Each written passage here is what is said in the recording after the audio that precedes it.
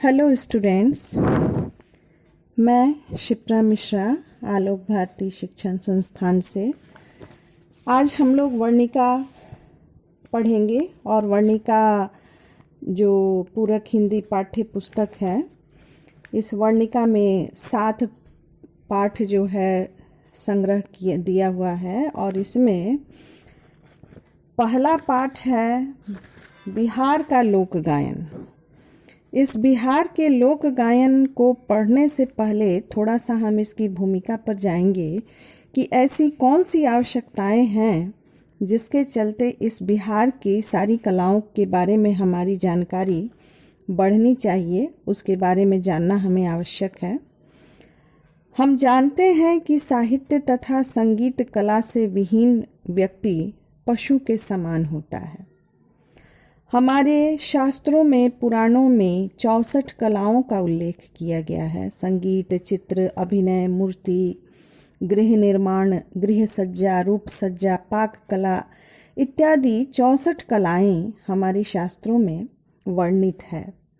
इसके अतिरिक्त गायन, नाच, विभिन्न वाद्य यंत्रों को बजाना, चित्रकारी करना, ये सब भी बिहार का एक समृद्ध परंपरा कला उसकी रही है हमारे राज्य में।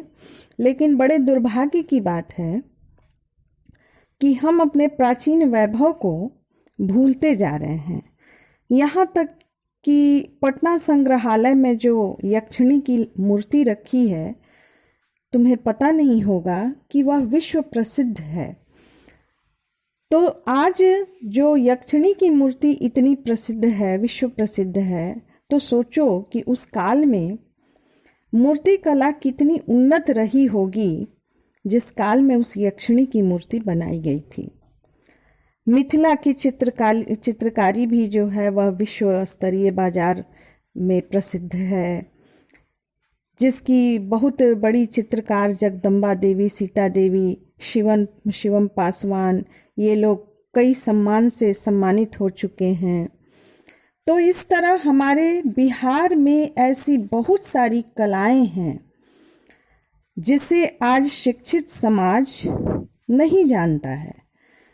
विशेष रूप से हमें अपनी परंपरा का ज्ञान होना आवश्यक है, क्योंकि बिहार सभी क्षेत्रों में बहुत वर्षों से, हजारों हजार वर्षों से अग्रणी रह चुका है और हर क्षेत्र में उसकी अपनी एक अलग पहचान है। बिहार शायद एकमात्र राज्य है जहां ध्रुपद जैसे शास्त्रीय संगीत के 3 घराना प्रसिद्ध हो चुके हैं, जिसमें बेतिया घराना, दरभंगा घराना, डुमराव घराना। बिहार के लोक गायन में विंध्यवासिनी देवी, भरत सिंह भारती, शारदा सिन्हा, ये सब बहुत सारे ऐसे महान कलाकार हैं जिन्होंने बिहार की कला को बहुत ऊंचे स्थान पर प्रतिष्ठापित किया है। तो आज हम बात करेंगे बिहार का लोक गायन। हमें जानकर गर्व होगा कि लोक गीतों की बहुत लंबी परंपरा हमारे बिहार की रही है। जन्म में, जनेऊ में, व्रत में, उत्सव में, कुटौनी, पिसौनी, रोपनी, बहुत सारे ऐसे मौके हैं जिसमें बिहार के लोकगीत गाए जाते हैं और उन गीतों में सब कुछ प्राकृतिक होता है। उनके अंदर का उत्साह, भक्ति, प्रेम, करुणा, हास परिहास बहुत सारे गीतों में हमें देखने को मिलता है। खिलौना, सोहर, झूमर, जोनार, जतसार, संझा पराती, रोपनी, होली, चैता, जनेऊ के गीत, विवाह के गीत, मंडपाच्छादन, बहुत सारे हर रीति रिवाज से संबंधित हमारे बिहार के अनेक गीत हैं, हजारों गीत हैं। हर नेग के लिए, हर रीति रिवाज के लिए हमारे बिहार में गीत हैं। यहाँ तक कि मिथिला की जो नचारी होती है वह भी बिहार की मूल्यवान निधि है। बिहार के प्रचलित गीतों को हम लोग 5 भाग में बांटते हैं। संस्कार गीत, जिसमें जन्म, जनेऊ, तिलक और विवाह के अनेक प्रसंग गाए जाते हैं। पर्व गीत जिसमें छठ के गीत भी आते हैं, विशेष रूप से अन्य पर्व के भी गीत हैं।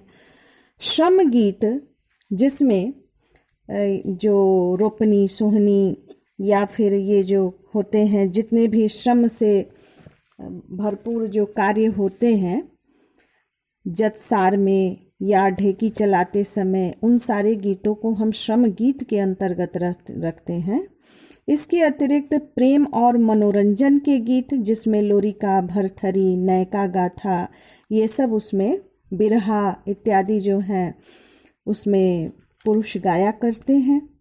गाथा गीत और ऋतु गीत जिसमें चैता, होलिका, बहुत सारा ऐसा जो ऋतुओं से संबंधित गीत हमारे बिहार में गाए जाते हैं।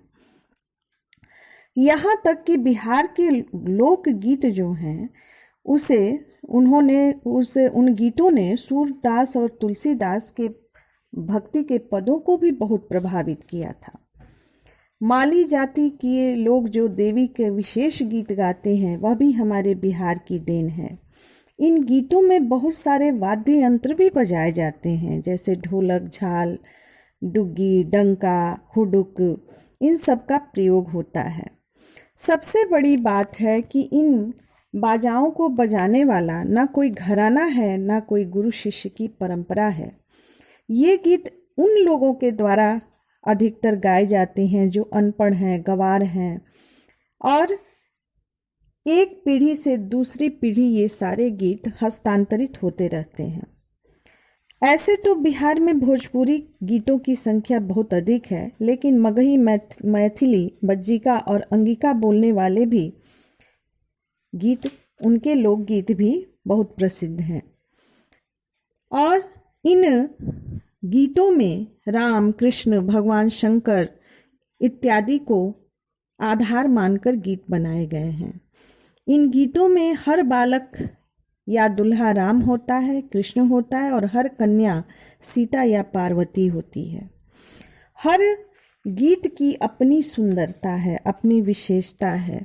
यहाँ तक कि तिलक के गीत में वह कितना मनोरंजक दृश्य होता है जिसमें लड़के वाले अपने लड़के को अधिक गुणवान बताते हैं और लड़की वालों को या उसके तिलक की राशि को बहुत कम बताते हैं।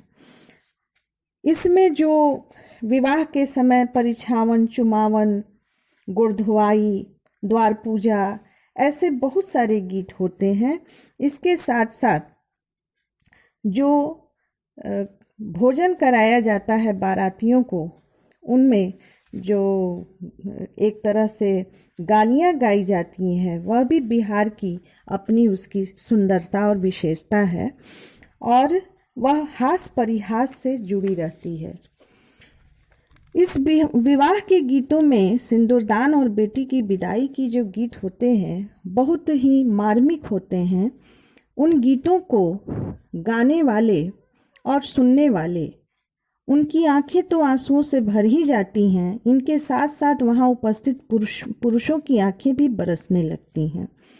जिन मांगलिक गीतों को भोजपुरी में गाया जाता है वे अपने आप में बहुत अनूठे होते हैं, और इस तरह हमारे बिहार के गीत विश्व प्रसिद्ध हैं। हमारी परंपरा धीरे धीरे लुप्त होती जा रही है। नई पीढ़ी जो है उन लोक गीतों को सीखने या सुनने की कोशिश नहीं करती है, लेकिन इनके बीच भी एक अच्छी बात यह है कि बहुत सारी ऐसी लोक गायिकाएं हैं, विंध्यवासिनी देवी, भरत सिंह, भारती, शारदा सिन्हा, ऐसी बहुत सारी विश्व प्रसिद्ध गायिकाएं हैं जिनकी भोजपुरी, मैथिली या अन्य बिहारी भाषाओं में उनके गीत बहुत देश तो देश विदेश में भी प्रसिद्ध हैं।